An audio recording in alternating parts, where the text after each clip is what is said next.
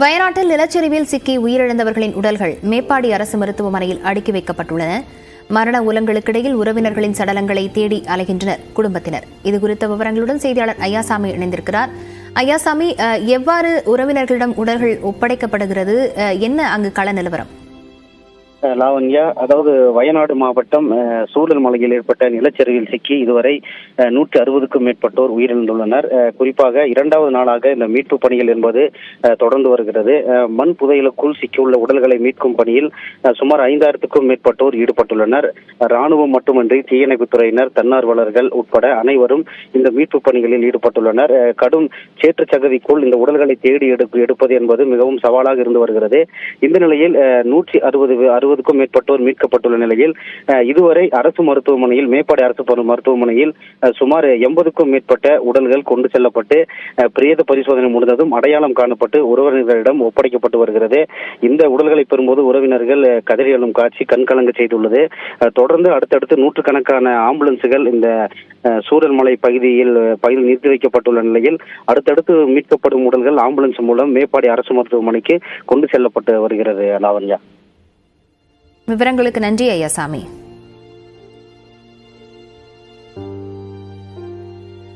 நிலச்சரிவு ஏற்பட்ட சூரல்மலை அருகே உடல்நலம் சரியில்லாத மகளை மருத்துவமனைக்கு அழைத்துச் செல்ல முடியாமல் தவித்துக் கொண்டிருந்த பெண்ணை நியூஸ் 18 தமிழ்நாடு செய்திக்குழு தங்களது காரில் பாதுகாப்பாக அழைத்துச் சென்றது. அப்போது பேட்டியளித்த பெண், சூரல்மலையில் இதுபோன்ற ஒரு நிலச்சரிவை பார்த்ததில்லை என்று அச்சம் தோய்ந்த முகத்துடன் தெரிவித்தார். நாங்கள் இப்போ 5 வருஷமா இங்கே இருக்கோம். பார்த்தீங்கன்னா இந்த மழை ஒரு வாரமாக அடிச்சுட்டே இருந்துச்சு. ஒரு 2 நாள் விடாமல் அடித்ததுனால தான் இந்த மாதிரி மண்ணிடிச்சல் வந்திருக்கு. இதில் பார்த்தீங்கன்னா எங்கள் குழந்தைங்க ஸ்கூலெல்லாம் போயிருச்சு. ஒரு சாப்பாட்டுக்கு கூட ஒரு பொருள் வாங்கணுன்னா அந்த டவுனு தான் இருந்துச்சு, அந்த டவுனும் போயிடுச்சு. ரொம்ப நாங்கள் கஷ்டப்பட்டுட்ருக்கோம். இதே மாதிரி எங்கள் கூட வேலை செஞ்சவங்க நிறையா பேர் தான் இந்த ஆபத்தில் போயிருக்காங்க. சூரல்மலையில் நிலச்சரிவு மற்றும் வெள்ளத்தால் ஏற்பட்ட பாதிப்புகளை நியூஸ் 18 தமிழ்நாடு தொலைக்காட்சியிடம் அப்பகுதி மக்கள் பகிர்ந்து கொண்டனர். 2-3 பேரெல்லாம் போயிடுச்சு. அங்கே ஒன்றுமே தெரியல. எல்லாரும் அந்த வீடெல்லாம், அந்த பள்ளிக்கிட்ட கொஞ்சம் வீடு இருந்துச்சு, அந்த வீடெல்லாம் போய் ஒரு லைனில் மொத்தம் வீடும் போயிடுச்சு. அதில் ஒரு 10-20 வீடு இருக்குது கீழே டவுனில், அதெல்லாம் போயிடுச்சு. அதெல்லாம் நம்ம கூட்டாளியில் இருக்குது, குடும்பக்காரர் இருக்குது. எல்லாரும் அந்த எல்லாம் டின்னு சீட்லெல்லாம் விழும்போது என்ன தெரியல. அது பட்டனே வெளியே அந்த அப்சர் தாமசிக்கணும் அந்த வீட்டில். அதில் வெளியே வந்து லைட்டு போட்டு அங்கே இது கரண்ட் இருக்காது. அப்போ பின்ன வெளியே வந்து பார்க்கும்போது ரொம்ப சவுண்டில் வருது. இது வந்து முடிஞ்சேன்னா 10-15 நிமிஷத்தில் பாலம் உடஞ்சிருச்சு. பாலம் உடஞ்சி ரொம்ப சப்தத்தில் வந்துருச்சு. பெரிய பாலம் இல்லை, ரொம்ப சப்தம் வந்துச்சு. அது முடிஞ்ச என்னன்னா இங்கே வருന്ന தண்ணி இந்து போச்சு. இல்லாட்டினா அங்கே எல்லாம் இங்கே எல்லாம் அனுப்பி எல்லாம் மாட்டி போயிட்டாங்க. கேரள மாநிலம் வயநாட்டில் ஏற்பட்ட நிலச்சரிவில் சிக்கி உயிரிழந்த நீலகிரி மாவட்டத்தைச் சேர்ந்தவரின் குடும்பத்தினருக்கு 3 லட்சம் ரூபாய் நிவாரணம் வழங்கப்படும் என்று முதலமைச்சர் மு.க. ஸ்டாலின் அறிவித்துள்ளார். சூரல்மலையில் ஏற்பட்ட நிலச்சரிவில் சிக்கி நீலகிரி மாவட்டம் கொல்லியட்டியைச் சேர்ந்த கல்யாணகுமார் என்பவர் உயிரிழந்தார். அவரது குடும்பத்தினருக்கு இரங்கல் தெரிவித்த முதலமைச்சர் மு.க. ஸ்டாலின் பொது நிவாரண நிதியிலிருந்து 3 லட்சம் ரூபாய் வழங்க உத்தரவிட்டுள்ளார்.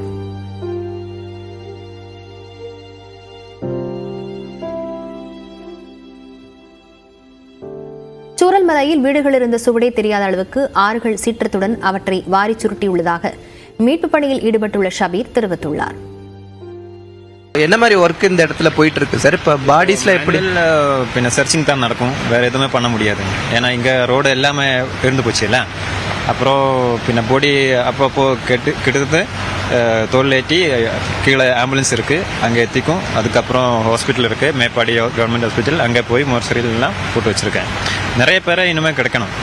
அப்படிதான். இப்போ இந்த இடம் வந்து ரிவராக இருக்குதா இல்லை? இந்த இடம் அவங்க சொல்கிறாரு, அவங்க நேட்டிவ், அந்த பர்சன் நேட்டிவ், அவங்க சொல்கிறாரு ரிவர் வந்து இந்த பக்கம் போயிருந்தது.